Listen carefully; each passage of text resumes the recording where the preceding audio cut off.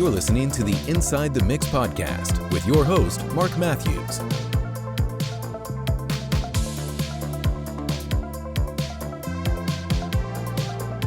Hello, folks, and welcome to the Inside the Mix podcast. If you are a new listener, a big welcome. Make sure you hit follow wherever you get your podcasts. And if you're watching this on YouTube, make sure you hit subscribe and the notification bell so you get notified whenever there's a new episode. And to the returning listeners, as always, a huge welcome back. So it's a short introduction from me today, folks, as I'm going to be revealing episode 2 from my limited series podcast, Logic Pro Mixing Tips for Synthpop Producers, Artists, and Musicians, set to drop this summer 2024, date TBC. And in episode 2, we're kicking off with mix prep and pre-production and setting ourselves up for mixing success. So before we dive into this limited series podcast episode, who is it for? If you are a synthpop producer, artist, or musician looking to accelerate your mixing skills with Logic Pro, you're in the right place with this limited series podcast. Now, that being said, if you don't use Logic Pro, there will still be tips and tricks, techniques that you can take into other DAWs. But essentially, I'm helping you press the mixing fast forward button and learn how to mix exclusively in Logic Pro so you can create professional radio ready music and not compromise on quality. Now, during this episode, you may well hear me mention about a mix template and a project folder. And that is because it will be made available when the limited series podcast drops. So there will be the opportunity for you to download the mix template, the stems, and the project folder as well. All entirely free. There is no paywall. It's all going to be free. And it's entirely free podcast and free series. But for now, what I'm going to enable is, if you click on the link in the episode description, you can download my synthpop mixing template for Logic Pro. So click on the link in the episode description. Alternatively, you can go to synthmusicmastering.com/free and you can find it there. So you can download that template and you can start using it today. But as a disclaimer, the actual project and stems are not available for download yet, just the project template in Logic Pro. So without further ado, folks, here is episode 2 of my Logic Pro mixing tips for synthpop producers, artists, and musicians, set to drop this summer 2024. So in this episode, we are starting with pre-production and mix preparation. We want to set ourselves up for mixing success. So let's dive in. So first, I've opened up Logic. I've opened up the project here and I've got it in front of me. And I highly encourage you to open the project in Logic as well and follow along as I am talking. So the first thing I did was I used the template and I imported the stems you can find in the project folder, but they'll already be in there for you if you've opened the project itself. Alternatively, you could import the stems and go through the process yourself if you want to. The option's there. So here I've imported my stems and I've got some groups. I've got drums, I've got bass, synth group 1, synth group 2, effects, lead vox, and vox harmony. So having imported those, I've then color coded them. So my drums are red, my bass is blue, my synth group 1 is yellow, my synth group 2 is green, my effects are sort of turquoise, my lead vox and my vocal harmonies are pink. Then what I did was, as soon as I'd done all that, I imported my reference track. So I highly encourage you to use a reference throughout the entire mixing process. In the template, there is room for 3 reference tracks. I've got 1 here at the moment, and that's the only one I used in this instance. So next, I customized the control bar and display. So at the top, I've got it set to 134 BPM, and I've got it set to D minor. I like to set the session up so I can see the key and I can see the tempo immediately, and that will become evident as to why I did that later in the series. I also have a custom display here, this control bar, and to customize that, you can click the arrow to the right, and it says Customize Control Bar and Display, and in there, I've got it set with the positions, time and beats, the tempo, time signature, the key signature, and the performance meter. I like to see how CPU intensive the plugins are that I'm using. So having done all that, I then went ahead and made sure the labels were correct. So within drums, my group is called drums, bass is called bass, all the way down to vocal harmony. And within each one, if I expand, I've got kick 1, snare 2, clap, hat chorus, down to crash right. Again, open the project and follow along with me, folks. I've got bass guitar down to wah bass in this instance.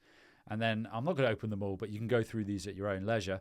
I've got my chorus up right, chorus up left, and My advice here is to make them short and obvious what they are. For example, with my effects, I've got bubble effect.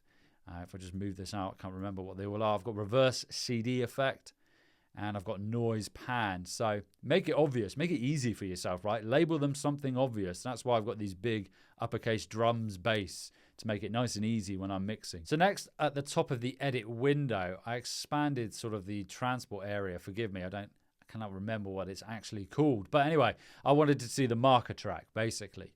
And in here, I've set it out so I can see the intro, verse 1, verse 2, chorus 2, bridge, chorus 3, and outro. It's really easy to add markers. You just click on the plus, right?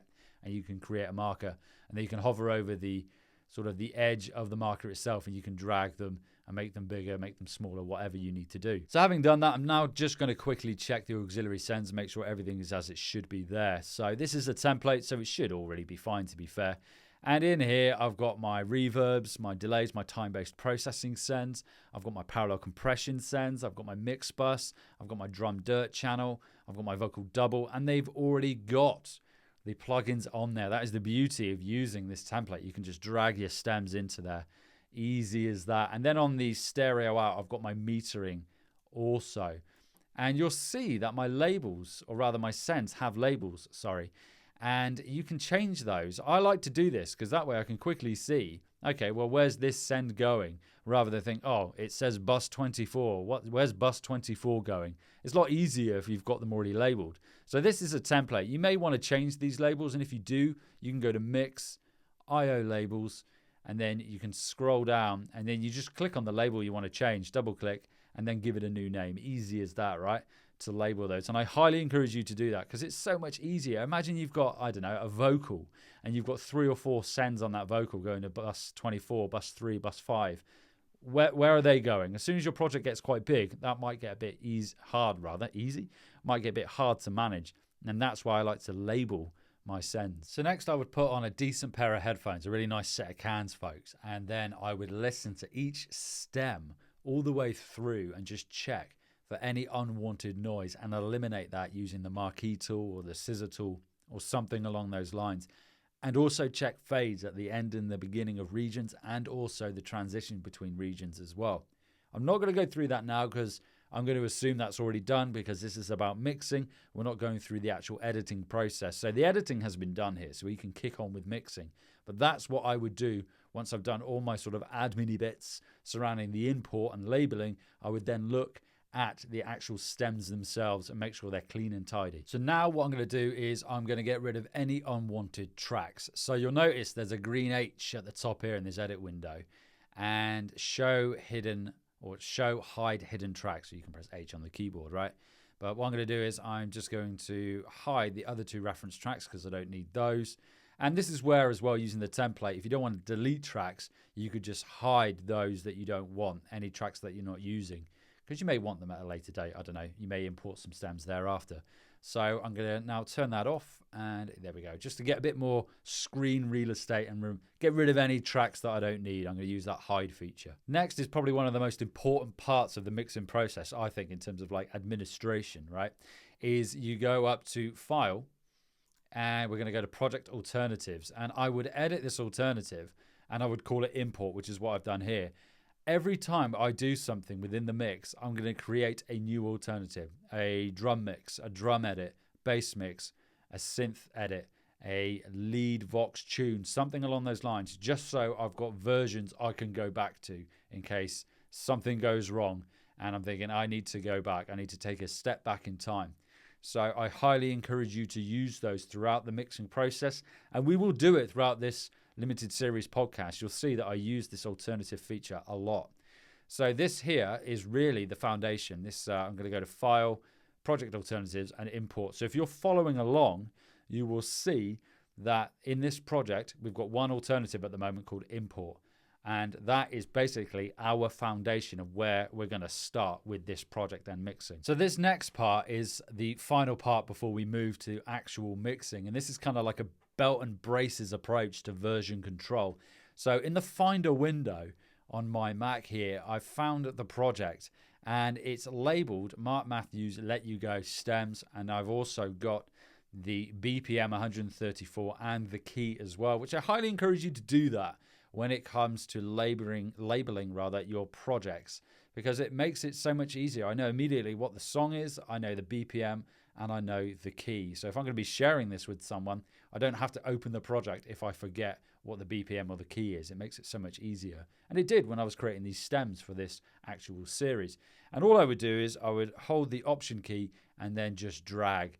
And then I'm going to create version 2. And that is my fail-safe. That is my backup. If for whatever reason my project alternatives go wrong, go awry, let's say, or the project that I'm working on just totally corrupts, which probably won't happen, I've got this backup here. And I would label that, probably just call it backup rather than 2.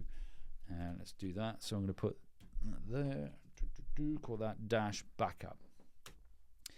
And that would be my backup. And obviously I'm going to continue working in the one that I'm in. I've just got that backup there should the worst happen and I need to open the file from that import because my other project is corrupt. Okay, so let's quickly summarize the pre-production process. We imported our files, we color-coded them, we grouped them, we give them appropriate labels and appropriate group labels as well, or subgroup labels, however you want to call them. We've added a reference track. We've also added markers. We changed the tempo to the project tempo.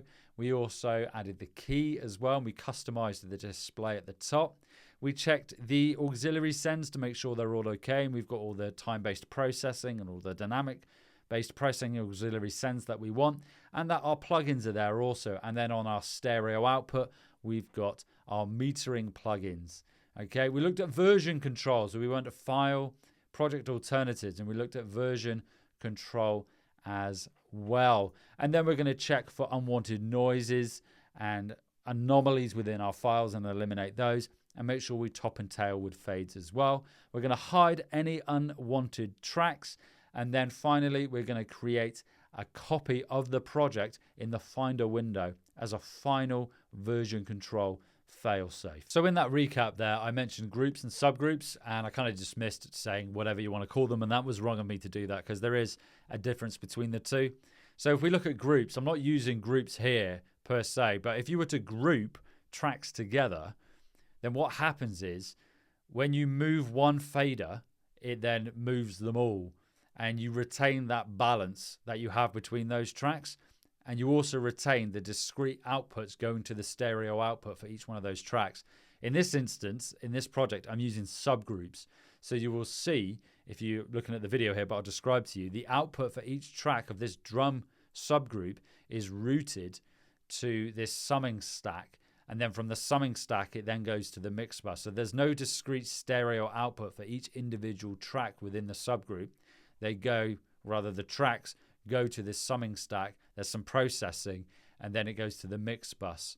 And what happens is when I move the fader on the summing stack, it doesn't move the faders of the individual tracks within the subgroup there. So that's the difference between subgroups and groups. So there we go, folks. That is the pre-production phase complete. And that is episode 2 of the limited series podcast, Logic Pro mixing tips for synthpop producers, artists, and musicians. Now, caveat, there will be more at the beginning and the end of that episode, but obviously that will be revealed in the limited series podcast when it drops in the summer of 2024. So in the meantime, head over to synthmusicmastering.com/free and download my Logic Pro synthpop mixing template, or you can click the link in the episode description.